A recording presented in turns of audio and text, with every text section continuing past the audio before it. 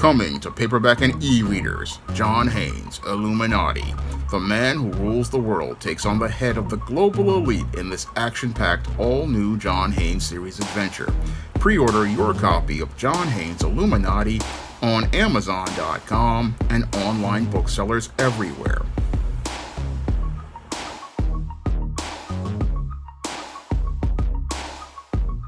The state of Maine is proposing to pay the rent for migrants who entered the country illegally for the next 2 years.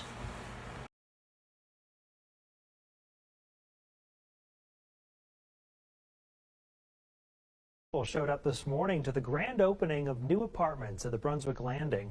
These units were built specifically to house asylum seekers as they wait to receive their work permits, which can take months.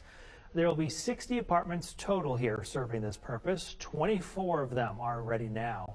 State government will essentially pay the rent for 2 years. After that, the buildings will convert to market rate and affordable housing units. Some asylum seekers have already moved in and say this option of transitional housing is much better than living in a hotel or at a shelter. In hotel, there's rules and regulations, and in a shelter too, we have so many people. We share kitchen together, we share the restroom together. This is a very unique solution to a very exciting opportunity in our state. We have thousands of folks coming to Maine who want to make Maine home. We're doing everything we can to help that situation. Now, according to reports, the city of Brunswick, Maine, plans to open 60 new apartments for migrants to live in for the next 2 years with their rent paid. And after that 2 years is done, they are expected to start paying the market rent. Now, according to these reports, what they want to do in Brunswick, Maine, is give migrants enough time to get their work permits, and they say that's a process that can take more than a year. So what they want to do is pay their rent for the next 2 years until they can get the work permits that will allow them to go to work and pay their own bills. Now, this entire proposal is one that has me scratching my head because it really is a very troubling response to the migrant crisis, and it's one that really shows me that the leadership really is extremely disconnected and completely out of touch with its citizens. And the reason why I believe that this is a proposal that comes from an extremely detached and disconnected place is because you have many homeless Americans in the state of Maine, and many of those individuals are veterans who served this country, and I would think you would want to make those veterans a priority and give them an opportunity to get back up on their feet by giving them rent for free for 2 years until they could find a full-time job and be able to get their life in order. I would think you would want to offer this type of program to American citizens. However, the people of Brunswick, Maine, believe that this program will benefit individuals who entered the country illegally, and according to their executive director of the Maine State Housing Authority, he's saying that this is a unique situation to be a very exciting opportunity in their state, and they have thousands of folks coming to Maine who want to make Maine home, and they're doing everything to help that situation. Well, the critical question I have to ask Dan Brennan, the executive director of the Maine State Housing Authority, is why aren't you proposing this kind of program for many of your citizens who are the ones who would be more beneficial to this program? Because once these individuals are living and getting their lives stable, they can become taxpayers who will go out and provide revenue for the state and be individuals who could help out the state and help Maine have a better quality of life. That's the critical question I have to ask, because he's saying that that there are folks coming to Maine who want to make Maine home. Well, don't homeless people want to make Maine home themselves? I mean, you've got lots of individuals who are living in Maine in the shelters who are American citizens. Why can't everybody be as eager and excited to help them? Is it just because you don't really want to see those individuals, or is it because you can virtue signal and say that you're helping as related to the migrant crisis? Moreover, you're creating the covert contract that New York Mayor Eric Adams created here in New York, where he believes that if he provides help for the migrants, it'll possibly lead to him getting a job with the Biden administration's cabinet in 2024, or possibly receiving some sort of higher level job in Maine's political office. Because when I look at this whole situation, you have politicians eager to go help out individuals in Brunswick, Maine, but they're not looking to be eager to take resources, which is about $3.5 million, and allocate it towards taking care of the population of individuals in the city of Brunswick who are homeless, homeless veterans, or unemployed or underemployed. I mean, I would think that you would want to help out all of those individuals and make them a priority first. But we have the people in the city of Brunswick, Maine, who want to help migrants first, but don't want to put out an effort to help out American citizens.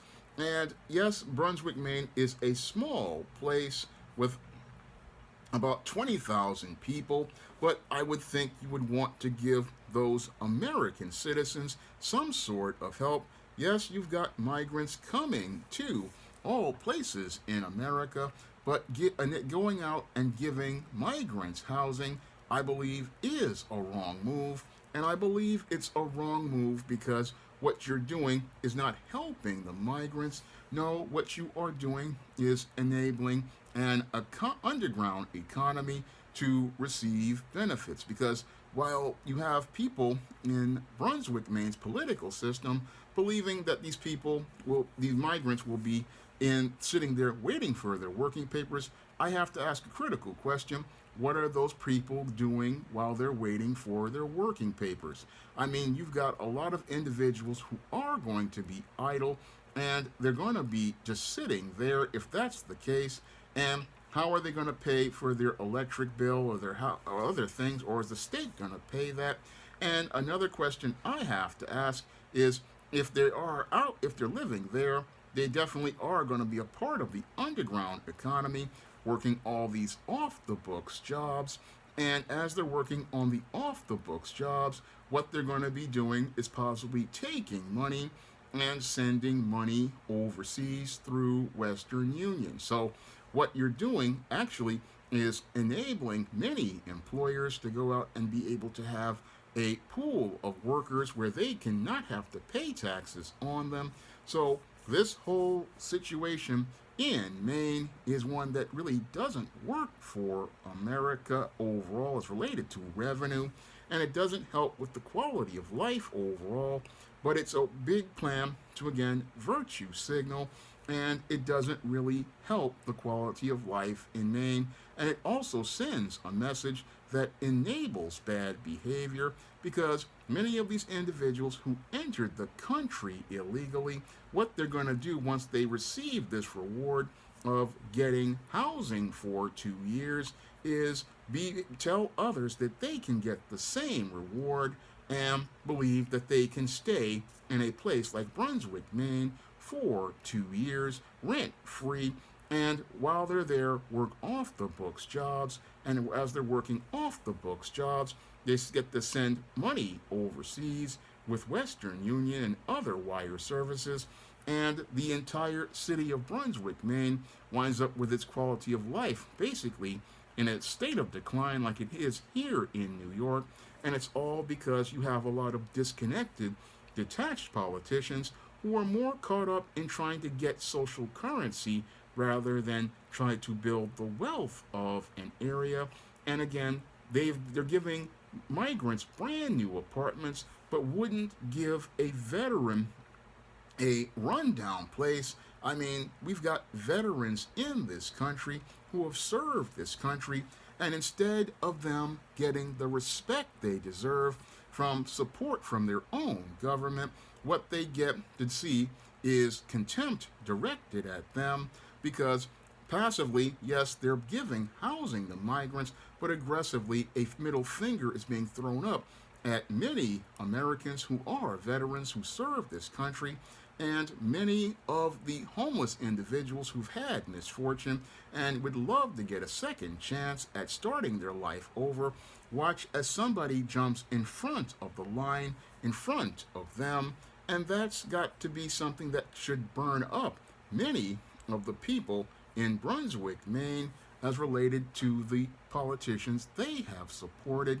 I mean, here you have politicians you elected, and instead of putting the needs of the neediest people in Brunswick first, they put the neediest people last, and that's the ultimate disrespect to the poorest people in that area, that they can't get tangibles from their government to help improve the quality of their lives, but a person who enters the country illegally, they can receive free, brand new housing with brand new appliances, brand new fixtures, brand new everything, and they can get a start at life.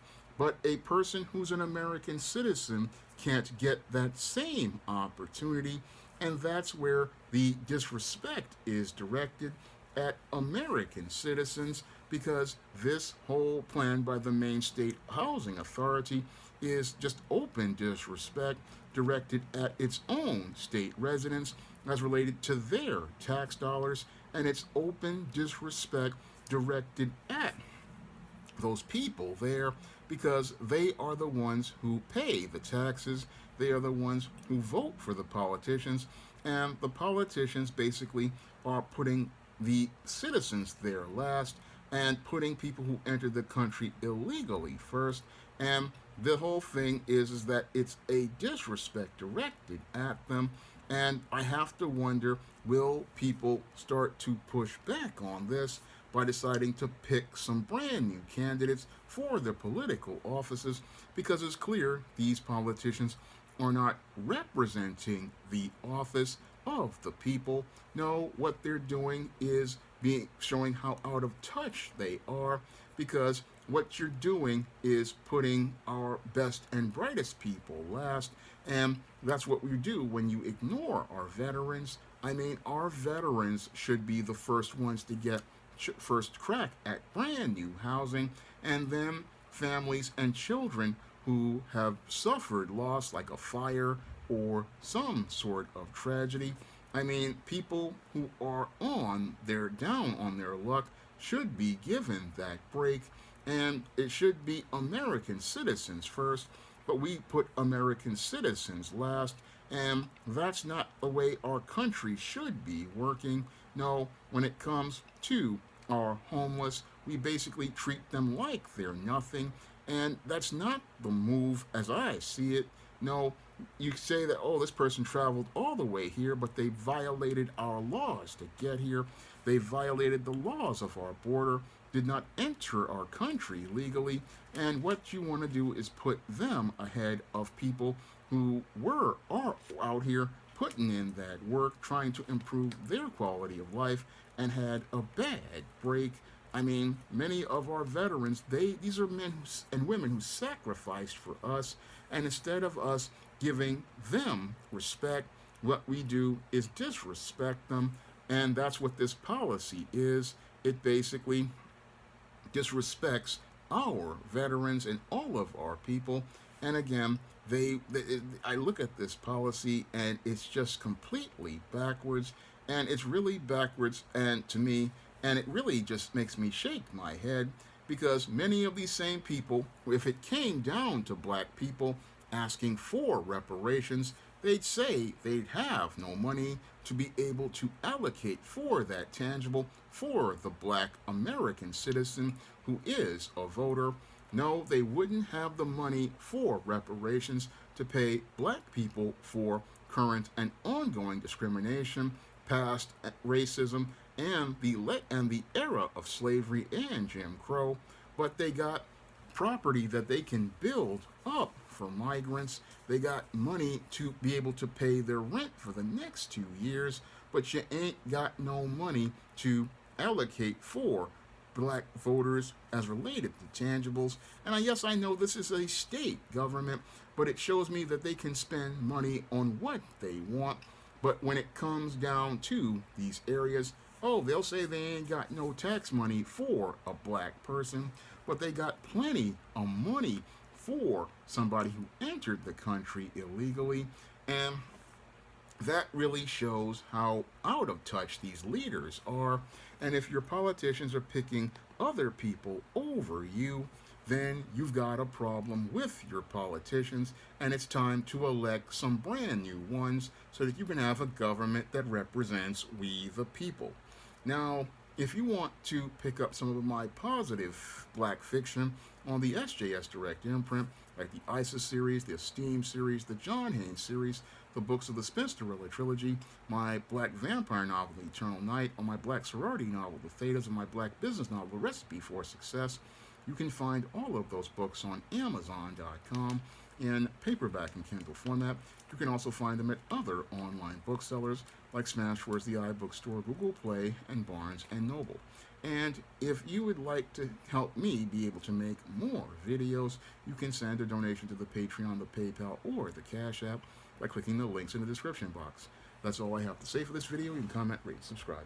Now available in paperback and Kindle Unlimited, John Haynes, the man with nothing to lose. The man who rules the world runs into the irresistible force of a man with nothing to lose in this action-packed, all-new John Haynes series adventure. Get the regular and variant editions of John Haynes, the man with nothing to lose on Amazon.com today. Support black-owned and black-operated digital broadcast media. www.niceradionetwork.com. Nice Radio Network, broadcasting 24 hours a day, 7 days a week.